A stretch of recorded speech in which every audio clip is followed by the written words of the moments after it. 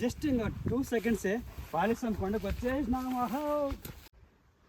అదిగో వాలేశ్వర స్వామి దేవాలయం. ఫైనల్గా మనం రీచ్ అయిపోయినాం. చూసుకోండి, ఈశ్వరుని దేవాలయానికి, వాలేశ్వర స్వామి దేవాలయానికి కొనేరు ఉంది. చూసుకోండి ముందర చూడండి ఎలా ఉందండి, ఇట్స్ అమేజింగ్గా ఉంటుంది. ధ్వజస్తంభం ఉంది కదా, ఈ పెద్ద ధ్వజస్తంభాన్ని వచ్చేసి కొంతమంది ధనదాహంతో గుప్త నిధులు ఉన్నాయని చెప్పేసి కొంతమంది కొన్ని రోజుల క్రితం వచ్చేసి దాన్ని కింద పడేస్తారనమాట. చూసుకోండి దేవాలయానికి వెళ్ళేటప్పుడు ఎలాంటి లొకేషన్, అట్స్ అమేజింగ్ అబ్బా. ఈ రాళ్ళని ఎందుకు ఎట్లా తెలుసా, రాళ్ళని పెద్ద పెద్ద రాళ్ళు శివరాత్రికి కొన్ని వేల మంది జనాలు వస్తారు అన్నమాట. ఇక్కడ కట్టేటప్పుడు ఏమైందిరా అంటే ఒక మేస్త్రి తలకి బట్ట చుట్టుకొని, ఎర్ర బట్ట చుట్టుకొని కడతా ఉన్నాడు. అప్పుడు వచ్చి గద్ద వచ్చేసి పై నుంచి చూసి ఏదో బ్లడ్ అని చెప్పేసి వచ్చి ఆయన్ని కొడవడం స్టార్ట్ చేసింది. సో ఈ వాలేశ్వర స్వామి దేవాలయానికి వచ్చినటువంటి స్టోరీ ఏమంటే అది చెప్తారంటే, అంటే వాలేశ్వర స్వామి దేవాలయంలో వచ్చేసి భాగం అంటే అర్ధ భాగం అంటే ఈశ్వరుడు వచ్చేసిందును ఆంధ్రప్రదేశ్కి, తెలుగుదేశం భారతదేశం వచ్చేసిందును కర్ణాటకకి చెందే విధంగా వచ్చేసి రామాయణ సమయంలో జరుగుతుంది అన్నమాట. సో ఈ సుగ్రీవుని యొక్క బలం మీద వాలి నిలబడలేక యుద్ధం చేయడానికి వెనక్కి వచ్చేసి ఇక్కడే ఈ కొండపైన అక్కడ లెఫ్ట్ సైడ్ గుహలు ఉన్నాయి. ఆ గుహల్లో ఆయన తపస్సు చేసుకుంటూ ఈశ్వరుడు శివలింగం రూపంలో ఉంటాడు కదా, ఈశ్వరికి ప్రాణప్రతిష్ఠ చేసి ఆయన కొలుచుకుంటూ అక్కడ ధ్యానం చేసుకుంటూ ఉన్నాడు అనమాట. అట్లా వెళ్ళిపోతామ్మా.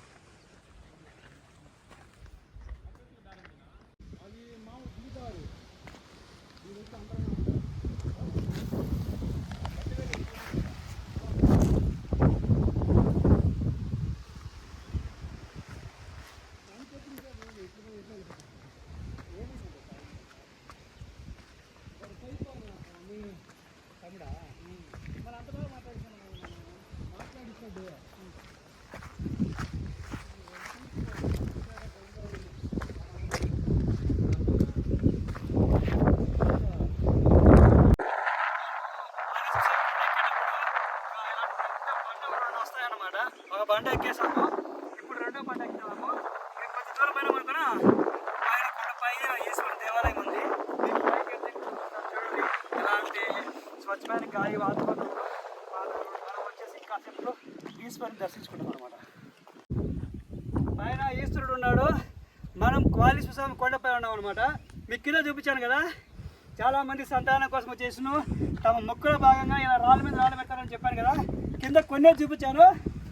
పైకి పోయే కొద్దీ ఈ పెద్ద బండ పైన ఇలా చాలామంది, కనీసం 1,00,000 మంది రాళ్ళ మీద రాళ్ళు వాళ్ళ కోరికలు ఇలా పేర్చారు. చూసుకొని కావాలంటే పైకి పోయే కొద్దీ ఇలా రాళ్ళ మీద రాళ్ళు పెట్టుకుంటూ పోయారు అనమాట. మీకు ఇంతకంటే చెప్పాలా, శివయ్య ఆశీస్సులు ఎంతమందికి ఉన్నాయంటే మీకు అర్థం చేసుకోవచ్చు. కొన్ని లక్షల మందికి ఉన్నాయన్నమాట. దగ్గర పోయి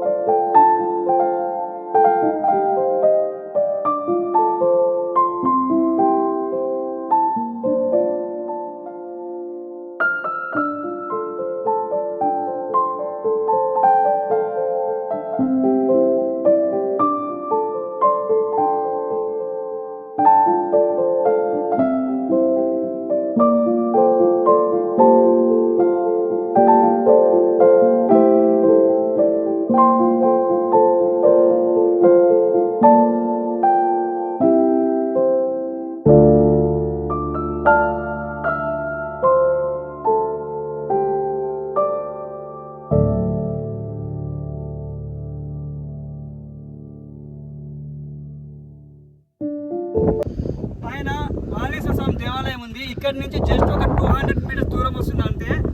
ఇక్కడ మామూలుగా అంతర్గంగమ్మ దేవాలయానికి పోయే దారికి ఇది బండ అన్నమాట. ఇక్కడ అంటే మనకి భోజనాలు చేసుకొచ్చిన తర్వాత ఇక్కడ చిన్నపాటి పానీయాలు ఇవ్వడానికి ఇలాంటి ఆర్చి ఉందన్నమాట. దేవాలయానికి పైకి వచ్చాక మనకి ఏమరా అంటే ఇలాంటి ఆర్చి నిజంగా చాలా అంటే చాలా బాగుంటుంది చూడడానికి. సో చెప్పాను కదా, పైన వాలేశ్వర స్వామి దేవాలయం అని చెప్పాను కదా, జస్ట్ ఒక 200 మీటర్స్ దూరం ఉంది. ఇక్కడ చూసుకోండి మీరు, అక్కడ రూమ్ ఉందన్నమాట. అంటే రాయితో నిర్మించినటువంటి రూమ్ అది. అక్కడ రూమ్ ఉంది, ఇక్కడ రైట్ సైడ్ రూమ్ ఉంది అన్నమాట. ఇక్కడ ఏమంటే అన్నప్రసాదాలు తయారు చేస్తారు. తర్వాత మీరు చూసుకోండి కోనేరు ఉంది. ఈ కోనేరు ఏమంటే అన్నంలోకి భోజనాలకి నీళ్ళు వాడడానికి ఈ కోనేరు నీరు వాడతారు అనమాట. ఎప్పుడు కూడా నీళ్ళు అయిపోవు, ఫుల్ స్టాక్ ఉంటుంది, చాలా బాగుంటాయి నీళ్ళు. మీరు చూసుకోండి బండ పైన వచ్చేసిన అల్లనేరుగా అంటే నేరేడు పండ్ల చెట్టు ఉంది.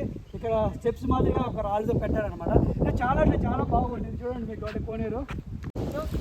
మాలేశ్వరం దేవాలయానికి ఇక్కడ రైట్ సైడ్ వచ్చేసి మీరు భోజనశాల అనమాట. ఇక్కడ అంటే ఇక్కడే భోజనాలు, బయట భోజనాలు వండుతారు. మీరు చూసుకొని కావాలంటే ఆనవాళ్ళు కూడా ఉన్నాయి. భోజనాలు వండుతారు, తర్వాత వచ్చేసి ఇక్కడ లోపల పెడతారు. చాలామంది ఎక్కువగా బయట తినడానికి ప్రిపేర్ చేస్తారు. కానీ మీరు చూద్దామండి, ఇట్స్ అమేజింగ్, చాలా అంటే చాలా బాగుంటుంది. సూపర్ నిజంగా. బండల ఇళ్ళలో చాలా అంటే చాలా చల్లగా ఉంది. మీరు చూడొచ్చు. ఇక్కడ వాటర్ స్టోరేజ్ చేసుకోవడానికి. తర్వాత వచ్చేసి నేను ఇక్కడ భోజనాలు వండడానికి, భోజనాలు పెట్టడానికి చాలా అంటే చాలా బాగుంది. కొంతమంది దాదాల సహాయంతో ఇవన్నీ కూడా కట్టేయడం జరుగుతూ ఉంది. చాలా బాగుందబ్బా, చల్లగా ఉందబ్బా వాతావరణము. అలా అంటే ఇలా కాదు. ఇక్కడ రండి కావాలంటే స్వామివారి దర్శనానికి వచ్చిన తర్వాత మీరు చూడొచ్చు. ఇక్కడ కొన్ని కట్టెలు ఇవన్నీ పెట్టారు పోయి. సో చూడండి, నిజంగా ఈ ప్లేస్ రావడం నాకు చాలా ఆనందంగా ఉంది. అదిగో వాలేశ్వర స్వామి దేవాలయం ఎలా ఉందో చూడండి. బండ పైన ఈశ్వరుడు దర్శనం ఇస్తున్నాడు. దేవాలయము అమేజింగ్గా ఉంది. ఈ రాళ్ళని ఎందుకు ఎట్లా నిలుపుతారు తెలుసా? రాళ్ళని పెద్ద పెద్ద రాళ్ళు. శివరాత్రికి కొన్ని వేల మంది జనాలు వస్తారు. వాళ్ళందరూ కూడా భక్తులు వస్తారనమాట ఈశ్వరుని దర్శించడానికి. సో ఇవన్నీ అంగిలు పెడతారనమాట. చిన్నపాటి టెంకాయలు అవన్నీ పెడతారు ఇక్కడ. చూసుకోండి కావాలండి. ఎంత బాగుందో దేవాలయం. మీకు ఒక పెద్ద ధ్వజస్తంభం కనబడుతుంది కదా, ఆ ధ్వజస్తంభానికి వెనకాల ఇంకో ధ్వజస్తంభం ఉంది కదా. ఈ పెద్ద ధ్వజస్తంభాన్ని వచ్చేసి కొంతమంది ధనదాహంతో గుప్త నిధులు ఉన్నాయని చెప్పేసి కొంతమంది కొన్ని రోజుల క్రితం వచ్చేసి దాన్ని కింద పడేశారనమాట. కాకపోతే ఈ గుప్త నిధులు ఏం దొరకలేదు. ఇది ఎవరైతే ఇలాంటి పాపాలు చేశారో వాళ్ళందరికీ కూడా దేవుని శిక్ష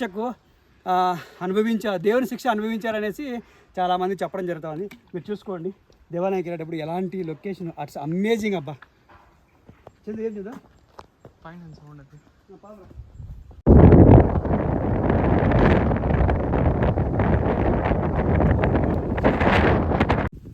జస్ట్ ఇంకా 2 సెకండ్సే పాలిస్తాం కొండకు వచ్చేసినాము.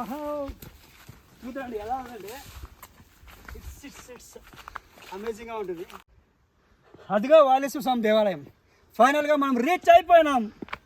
చూసుకోండి ఈశ్వరుని దేవాలయానికి, వాలేశ్వర స్వామి దేవాలయానికి ఎడమ వైపున కుడి వైపున కోనేరు ఉంది. చూసుకోండి ముందర